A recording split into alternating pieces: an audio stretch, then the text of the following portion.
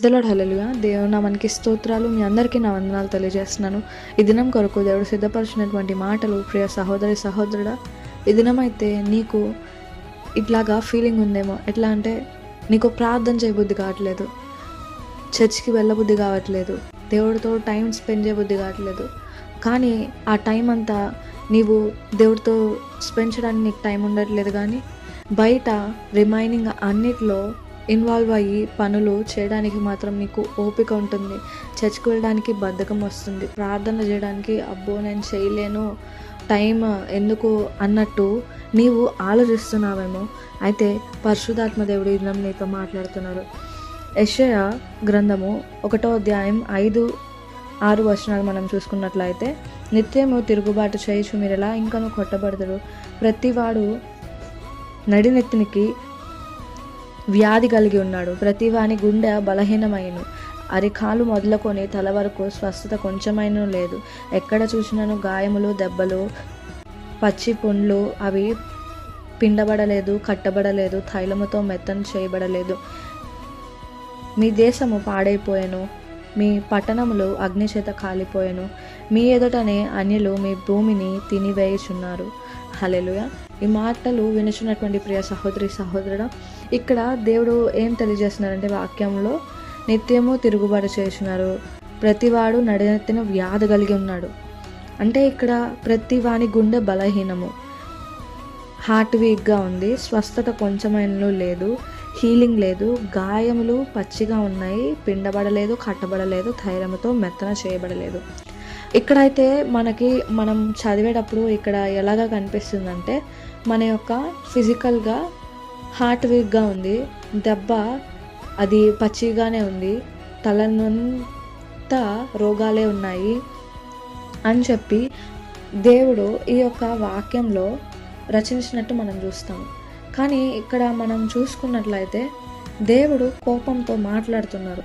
ఏమనంటే ఇది physical ill health కాదు, ఇది ఆత్మీయంగా రోగం కలిగి ఉన్నారని చెప్పి దేవుడు ఈ దినం మాట్లాడుతున్నారు. ఈ దినం కూడా నీవు ఎట్టి రీతిగా ఉన్నావంటే నీకు ప్రార్థన చేయడానికి నోరు తెరవబడట్లేదు, కానీ గంటలు గంటలు వేరే వాళ్ళతో ముచ్చటించడానికి, ఫోన్ మాట్లాడడానికి, లేకపోతే ఇతర పనులు చేయడానికి నీకు ఓపిక వస్తుంది కదా. చర్చ్కి వెళ్ళాలి, చర్చ్లో అంతసేపు ఉండాలంటే ఉండలేకపోతున్నావు. కానీ బయట ఇతర పనుల్లో మాత్రం నీవు టైం స్పెండ్ చేయడానికి టైం ఎంతైనా కానీ నీకు టైం తెలియట్లేదేమో.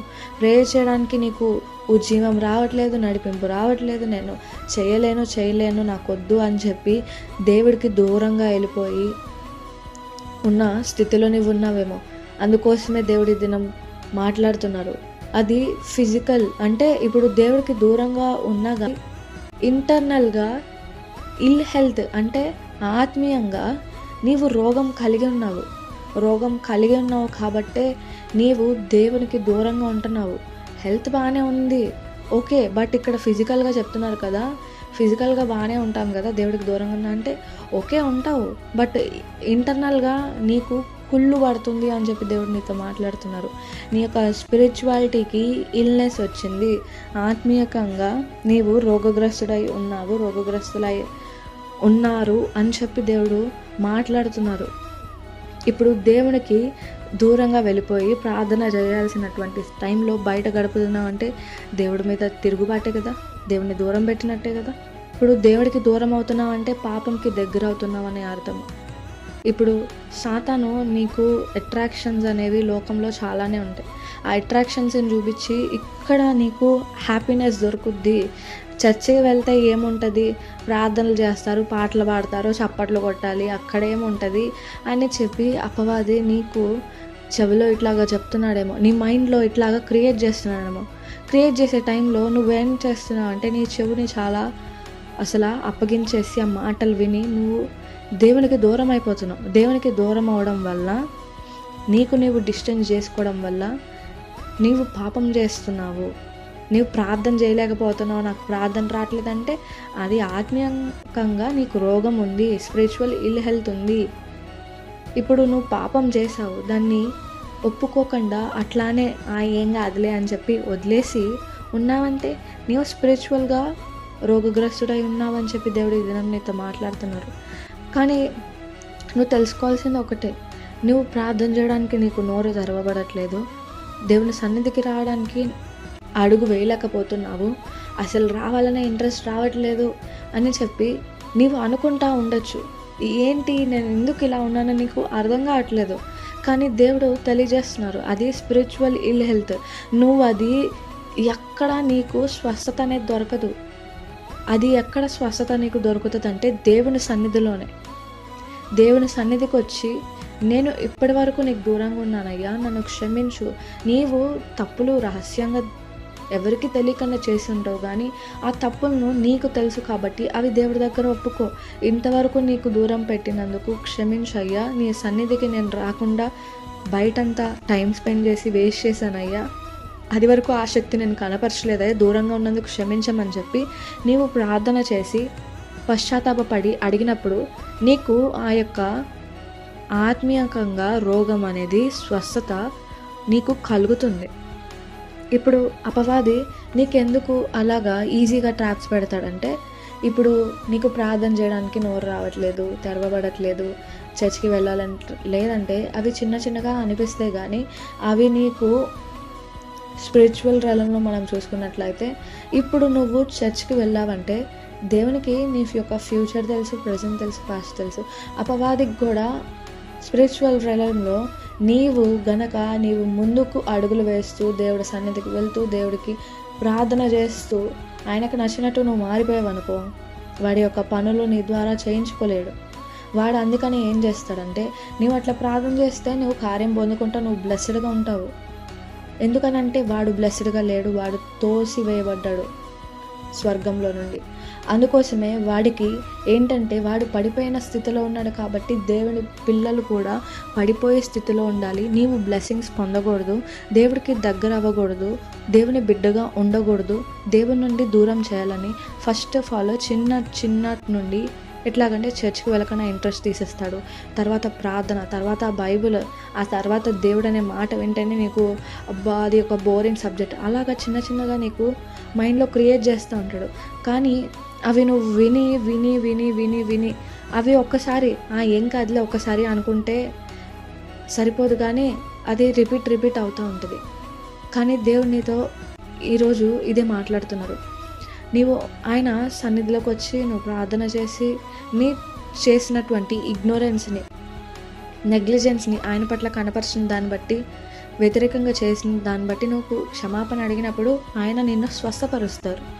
స్వస్థపరిచినప్పుడు తర్వాత దేవుని యొక్క కార్యాలు నీ యొక్క లైఫ్లో నీవు చూస్తావు. ఆత్మీయ రంగంలో నీవు ఫలించేటువంటి వ్యక్తిగా ఉంటావు. అట్టి రీతిగా ఉన్నప్పుడు దేవుని యొక్క కాపుదల నీ చుట్టూ ఉంటుంది.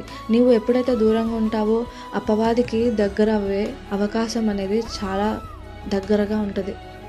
అపవాది వేసే ట్రాప్స్ అని ఈ దినం నుండి అయినా నీవు తెలుసుకొని నువ్వు ప్రార్థన చేస్తే కార్యం జరుగుద్ది. కాబట్టే వాడు నీకు ప్రార్థన చేయడానికి నోరు తెరవకుండా చేస్తున్నాడు. నీవు దేవుని సన్నిధికి వెళ్తే నువ్వు ట్రాన్స్ఫార్మేషన్ చెందుతావు. ఆయన వాక్యం నీ యొక్క హృదయంలోకి వెళ్ళి క్రియ జరుగుద్ది. కాబట్టి నిన్ను చర్చ్ నుండి దూరం చేస్తున్నాడు.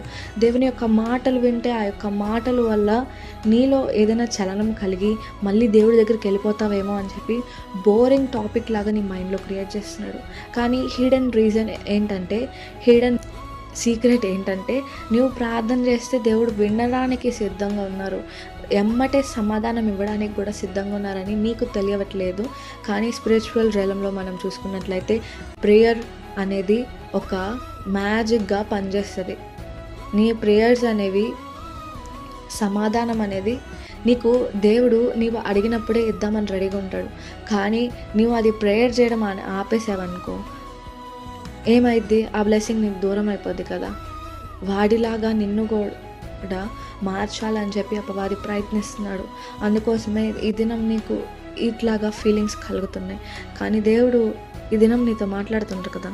ఇక్కడ వాక్యం ద్వారా అయితే ఫిజికల్ ఇల్ హెల్త్ గురించి మాట్లాడుతున్నారు, కానీ అవి ఇంటర్నల్గా స్పిరిచువల్ ఇల్ హెల్త్ని రిలేట్ చేస్తున్నాయని చెప్పి దేవుడు తెలియజేస్తున్నారు. ఎక్కడ స్వస్థత దొరుకుద్దని కూడా దేవుడి దినం నీతో మాట్లాడుతున్నారు. ఏవి ఎందుకు అట్లాగ జరుగుతుందని చెప్పి దానికి రీజన్స్ కూడా నీతో మాట్లాడారు కదా. ఈ దినం నుండి అయినా కానీ నీకు ఆ ఫీలింగ్ కలిగినప్పుడు, అపవాది నీకు నా మీద అధికారం లేదు, గొర్రె పిల్ల రక్తంతో కడగబడిన నాపై నీకు అధికారం లేదు, యేసు నామంలో నిన్ను త్రోసివేస్తున్నానని చెప్పి అపవాదిని గర్జించేలాగా నీవు త్రోసివేసేలాగా ఉండాలి. దేవుని యొక్క నామం పైకెత్తి అపవాదిని నీవు కొట్టివేసేలా ఉండాలి. వాడి క్రియలను కొట్టివేసేలా నీవు ఉండాలి. అప్పుడే దేవుడిలో నీవు స్ట్రాంగ్గా నిలబడగలవు. ఇది నేను తెలుసుకుని జ్ఞానంతో నింపబడి మీ యొక్క స్వస్థత మీరు పొందుకోవాలని కోరుకుంటూ అట్టి కృపాదేవుడు మీకు దయచేయును గాక. ఆమేన్.